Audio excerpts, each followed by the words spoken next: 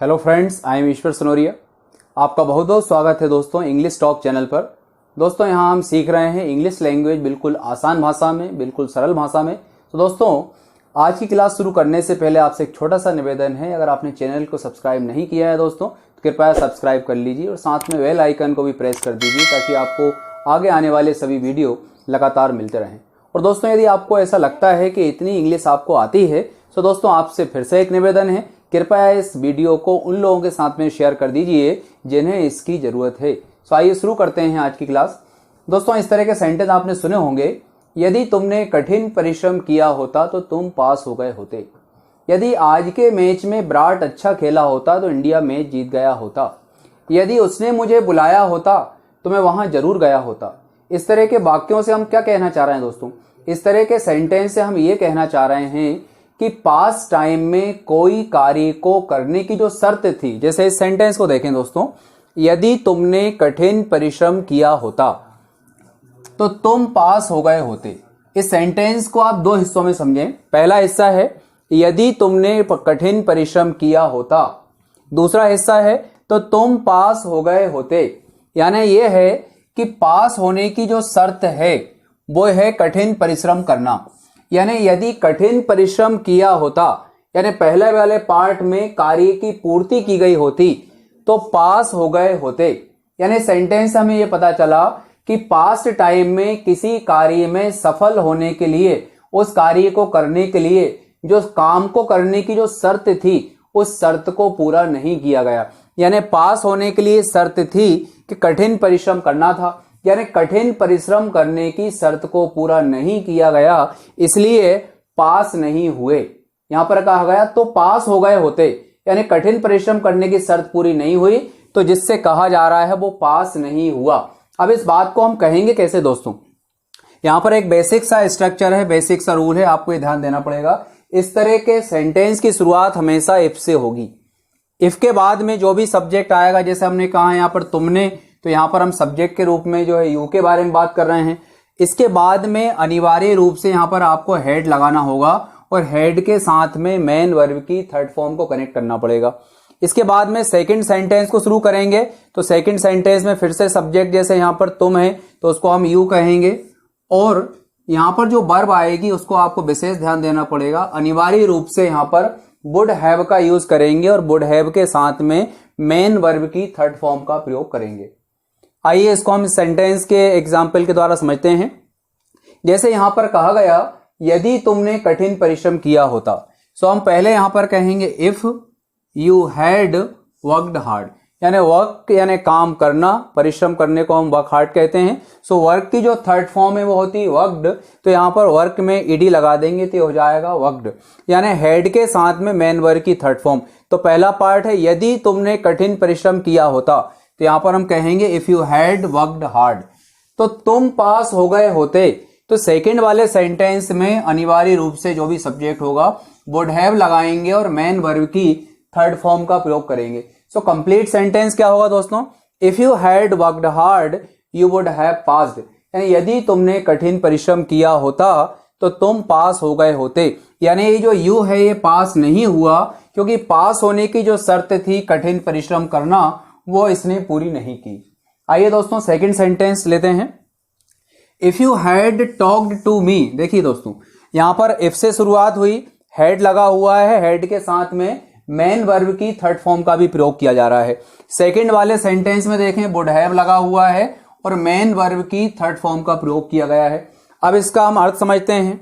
यहां पर कहा जा रहा है यदि तुमने मुझसे, अबाउट इट यानी क्या होता है? इस बारे में। यदि तुमने मुझसे इस बारे में बात की होती, I would have helped you, तो मैंने तुम्हारी मदद की होती। यानी मदद करने का काम नहीं हो पाया, मैं जो है तुम्हारी मदद नहीं कर पाया। क्यों नहीं कर पाया? क्योंकि मदद करने के लिए मुझे अबाउट इट, इस बारे में पता होना जरूरी था। यानी मदद करने की शर्त थी कि मुझसे बात करनी थी। यानी बात करने की शर्त चूंकि पास्ट टाइम में पूरी नहीं हुई इसलिए मैं तुम्हारी मदद नहीं कर पाया। सो सेंटेंस क्या होगा दोस्तों? If you had talk to me about it, यदि तुमने मुझसे इस बारे में बात की होती, I would have helped you, तो मैंने तुम्हारी मदद की होती। थर्ड सेंटेंस लेते हैं दोस्तों। If Virat had played well, देखिए इफ से शुरुआत हुई है, सब्जेक्ट के रूप में विराट है यहां पर, और हेल्पिंग वर्ब यहां पर हैड है, हेड के साथ मेन वर्ब की थर्ड फॉर्म देखें आप, इसको विशेष ध्यान रखना है। अगली चीज क्या ध्यान रखना है, सेकंड वाले सेंटेंस में आप देखें वुड हैव का यूज है। जैसे मान लीजिए अगर आपको कहना है कि यदि विराट अच्छा खेला होता तो इंडिया ये मैच जीत गया होता, यानी इंडिया के मैच जीतने का जो काम था वो हो नहीं पाया। क्यों नहीं हो पाया? क्योंकि इंडिया के मैच जीतने की एक शर्त थी कि वहां पर अच्छा खेला जाना था। यहां पर कहा गया कि विराट अगर अच्छा खेला होता, यानी विराट का खेलना, अच्छा खेलना इंडिया के जीतने की शर्त थी। क्योंकि विराट आज अच्छा नहीं खेल पाया, इसलिए जो है इंडिया मैच नहीं जीत पाया। तो यहां पर हम ये कहना चाह रहे हैं यदि विराट अच्छा खेला होता तो इंडिया मैच जीत गया होता।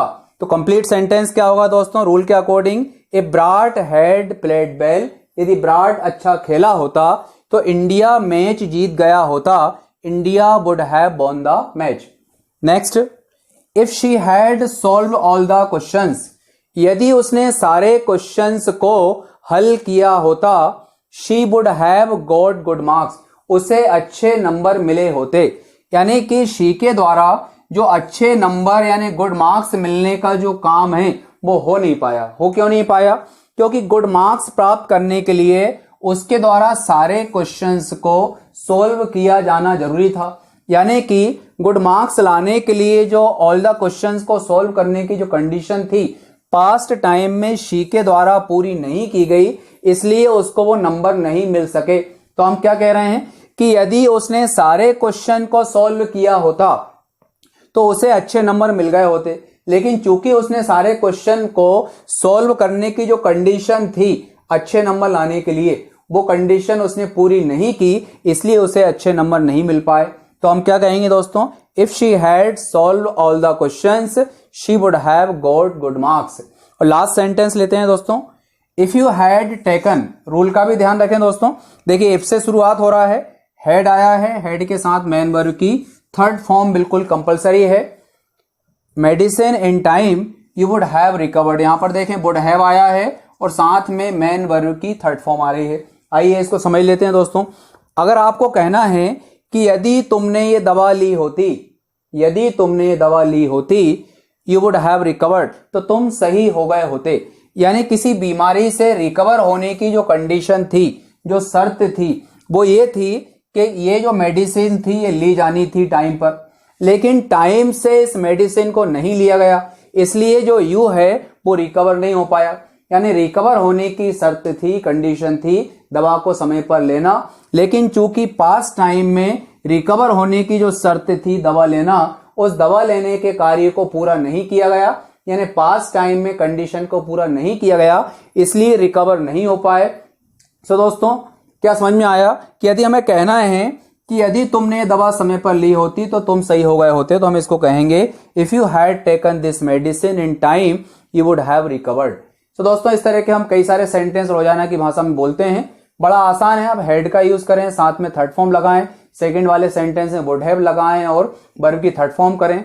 अक्सर बस ये ध्यान रखना है कि पास्ट टाइम में जब कोई कार्य को पूरा होना है लेकिन उसको कार्य को करने की शर्त को पूरा नहीं किया जा सका, इस कारण से वो कार्य नहीं हो सका, ऐसी बातों को जब हम कहते हैं तो फिर हमें इस वाले रूल का प्रयोग करना पड़ता है। तो दोस्तों आपको कैसी लगी क्लास, कृपया इसके बारे में कमेंट जरूर करें। यदि इस रूल से रिलेटेड कोई भी डाउट है तो कृपया कमेंट बॉक्स में जरूर लिखें, मैं अपना पूरा प्रयास करूंगा कि उसको और ज्यादा अच्छे से क्लियर कर सकूं। मिलते हैं दोस्तों कल की क्लास में। Thank you very much.